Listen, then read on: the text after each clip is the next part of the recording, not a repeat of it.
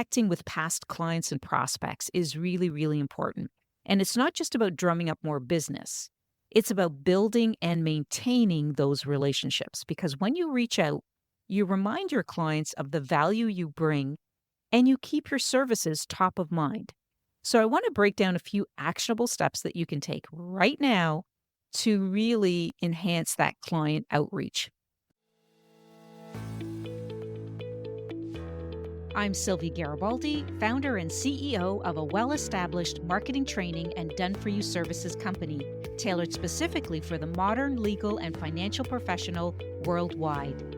While it's taken some trial and error to figure out which methods get the best results for professionals who are looking to grow their practices, fast forward to today, my team and I have nailed down and perfected a process that has helped so many of our clients consistently achieve outstanding results and create a legacy for their practices. I created the Serve First, Sell Later marketing podcast to give you simple, actionable, non-salesy, and results-driven marketing to grow your legal or financial practice like so many of our clients have.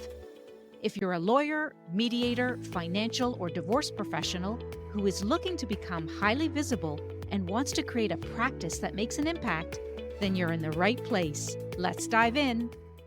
Hello, everyone, and welcome back to episode 32 of the Serve First, Sell Later marketing podcast. So let's face it, we're really in the back half of the year, and if you're like many professionals, you might be feeling the pressure. Maybe you set ambitious targets back in January, but life and work and 1,000 other things got in the way. Well, I don't want you to panic because we've got you covered. In today's episode, we're diving deep into 6 game-changing strategies that can really help you recalibrate, refocus, and really move towards your goals. So I guess the question is, why is meeting these year-end goals so crucial? Well, first off, I think it's not just about the numbers, because for legal and financial professionals, ending the year strong really sets the tone for the next. And I think it builds momentum, it enhances your reputation, and it can significantly impact your bottom line. So, this is why I want to talk about this today. And I think more importantly, it's about fulfilling the promises that you want to make to yourself and to your practice.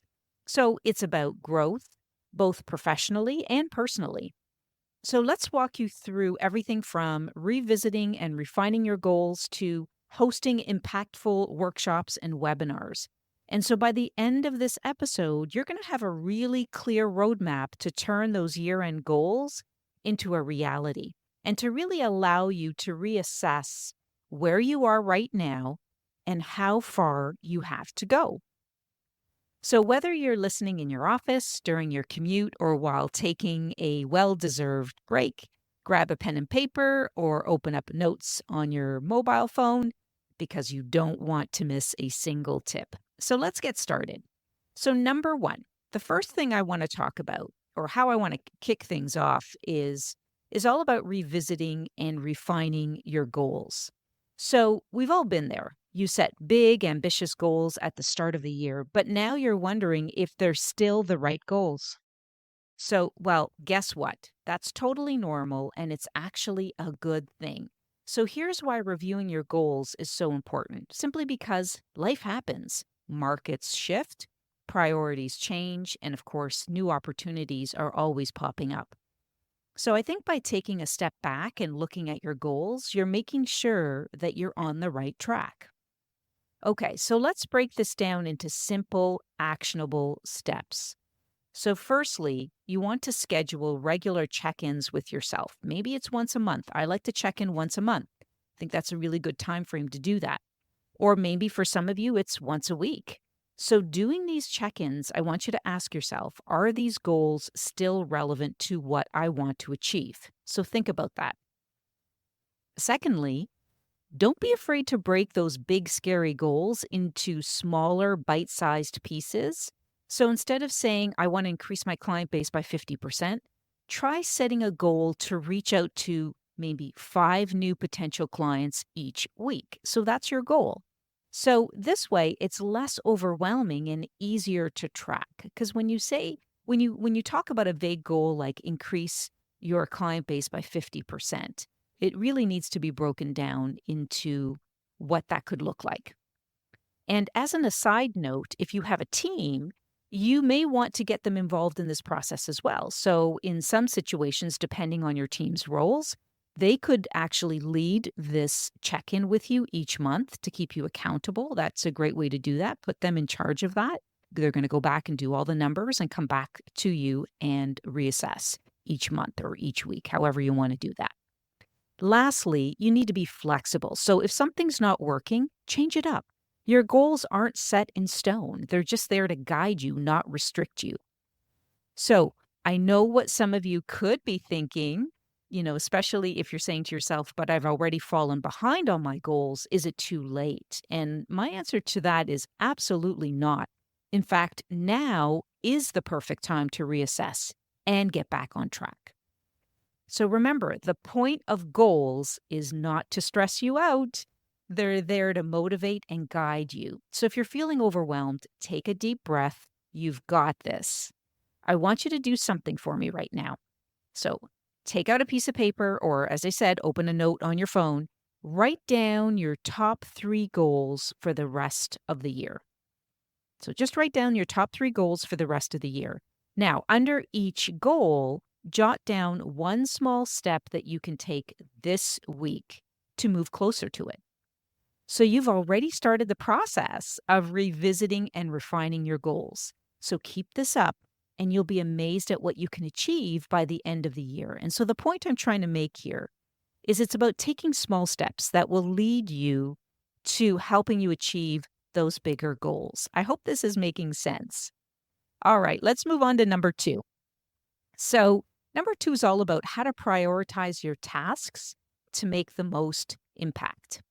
So I know that the word ruthless might sound a bit intense, but what I'm really saying here is when we talk about prioritizing ruthlessly, I'm not talking about being mean or pushy. I'm talking about being laser focused on what really matters. So think about it this way. Every day, we're bombarded with a million things to do: emails, meetings, phone calls, not to mention that growing to-do list. So it's easy to feel overwhelmed. But here's the secret: not everything on that list is equally important. So, how do we sort through the noise and focus on what really counts? So, I want to break this down into 2 simple steps because I really want you to implement this. So, first is identify the tasks that directly contribute to your goals. So these are your high impact activities. Ask yourself, if I could only do 3 things today that could move me closer to my goals, what would they be?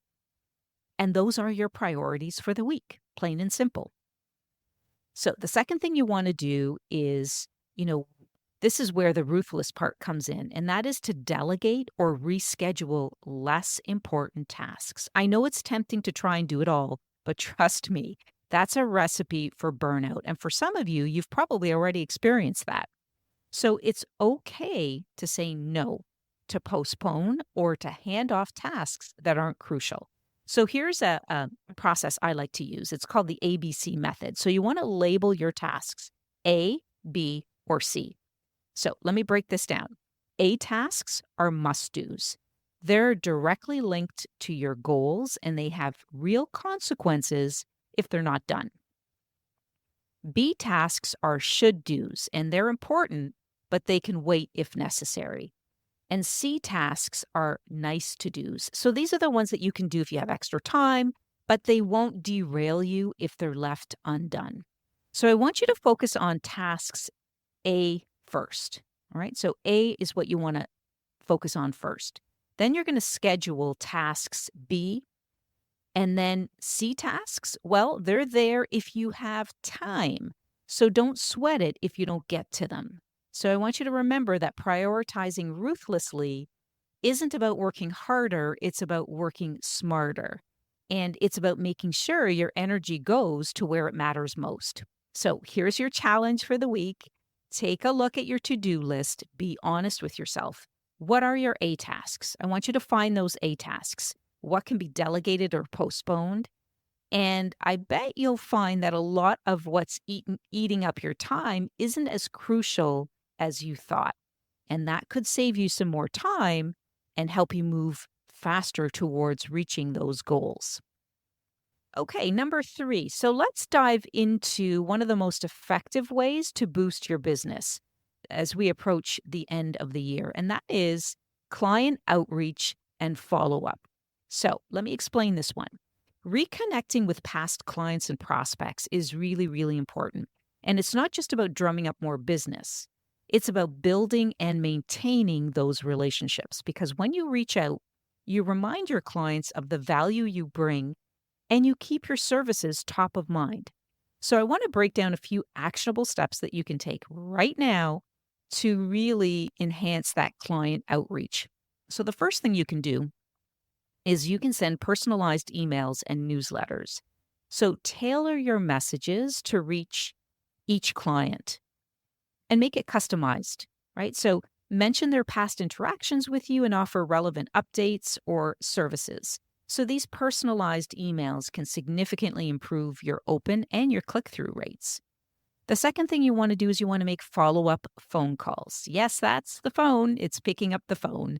So, a personal touch can go a long way. So, call your clients to check in, see how they're doing, and remind them of your services. So, keeping these calls brief but informative is really the key here.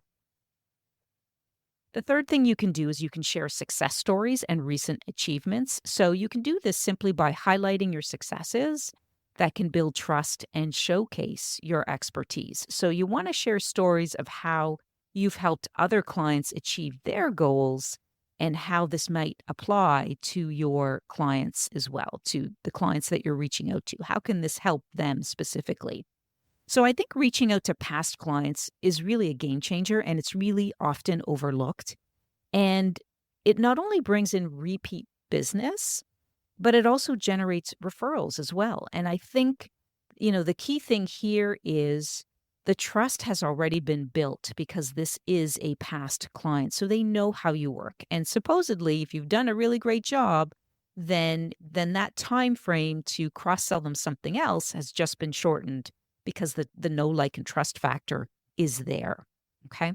So, one strategy that works well for me is sending personalized emails that really addresses specific client needs.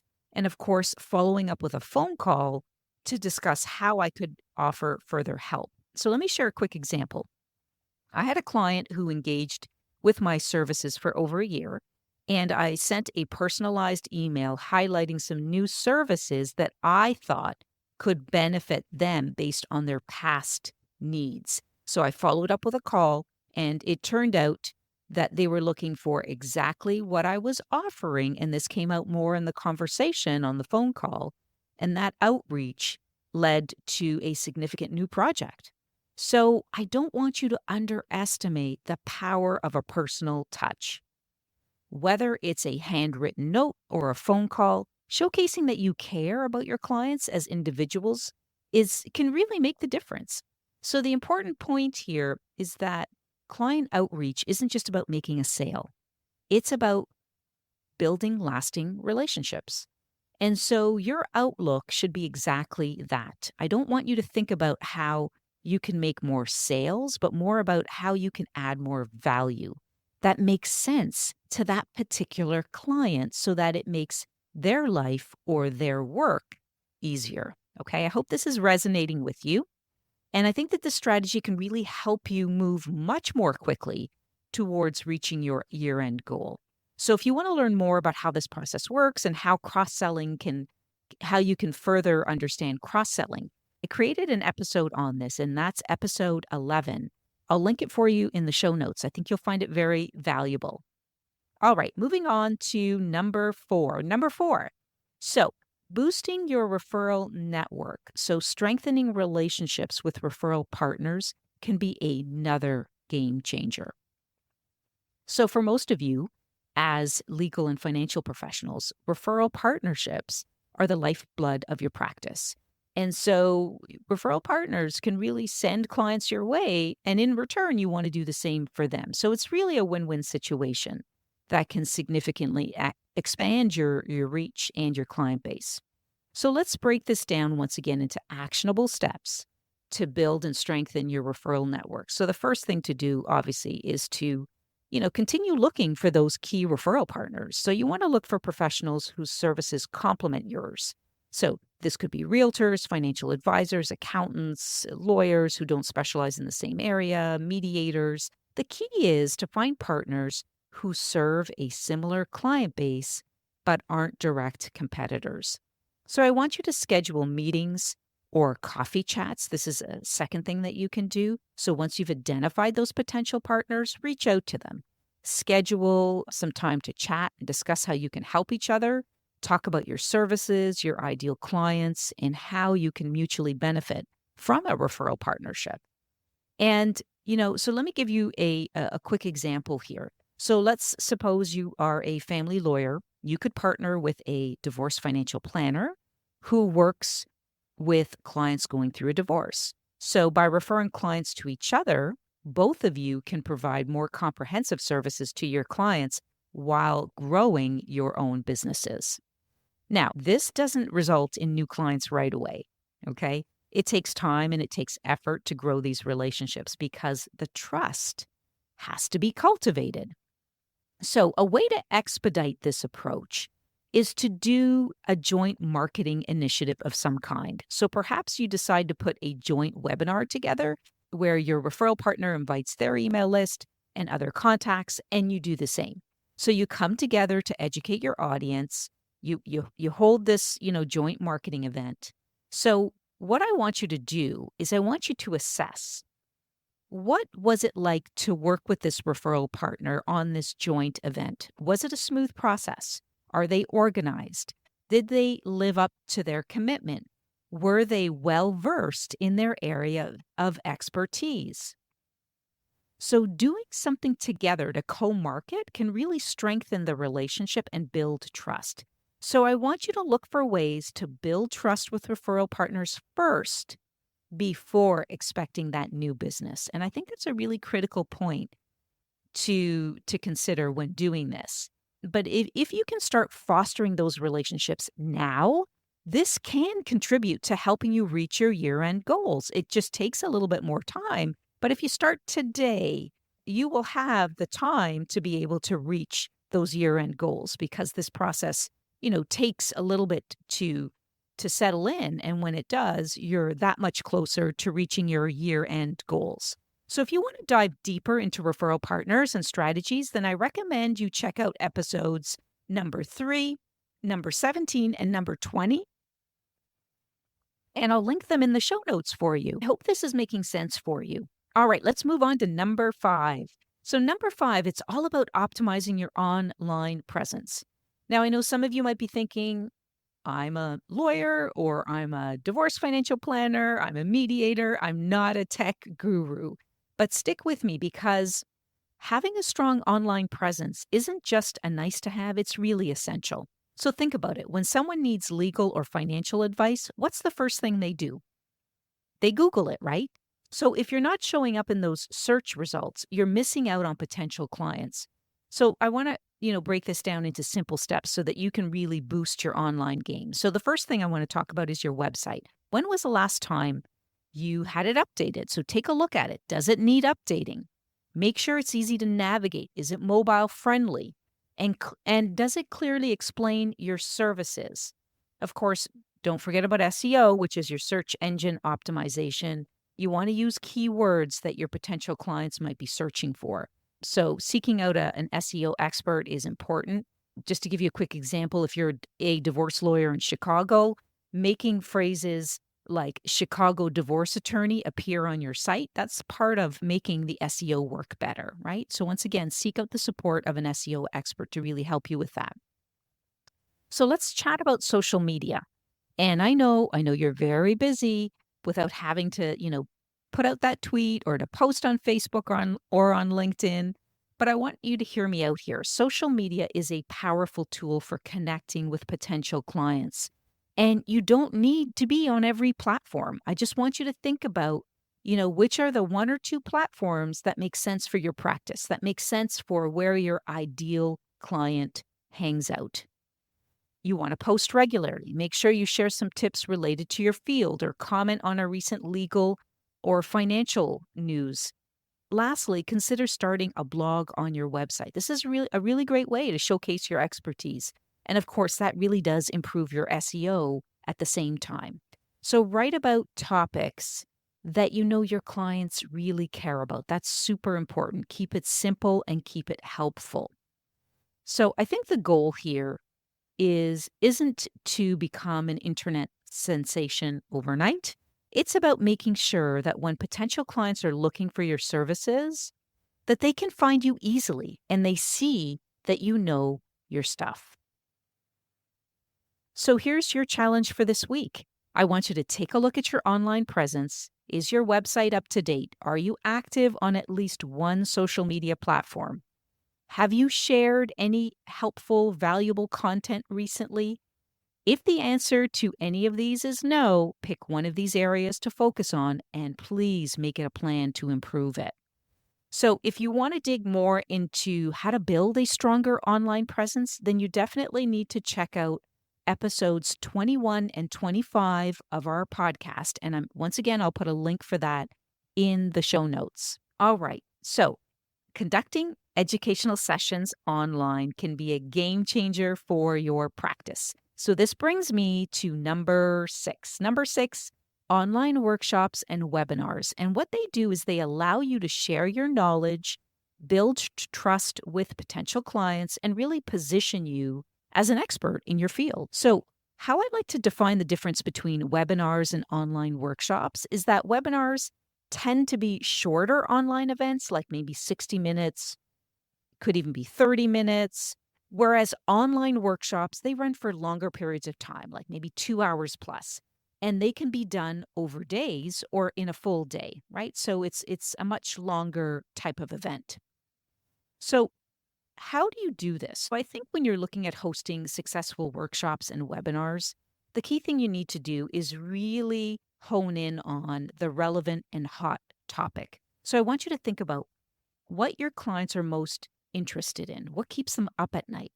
What are the common questions that you get asked? So pick a subject that showcases your expertise, but most importantly, addresses those audience needs or those audience pain points or the common questions that you get asked. You're going to want to then promote these events through various channels. So once you've planned your event, it's about time to get the word out. And this is really, I think, the most time consuming and the most challenging for professionals is promoting the event. So you can use things like your website, your social media channels, email newsletters, email, word of mouth.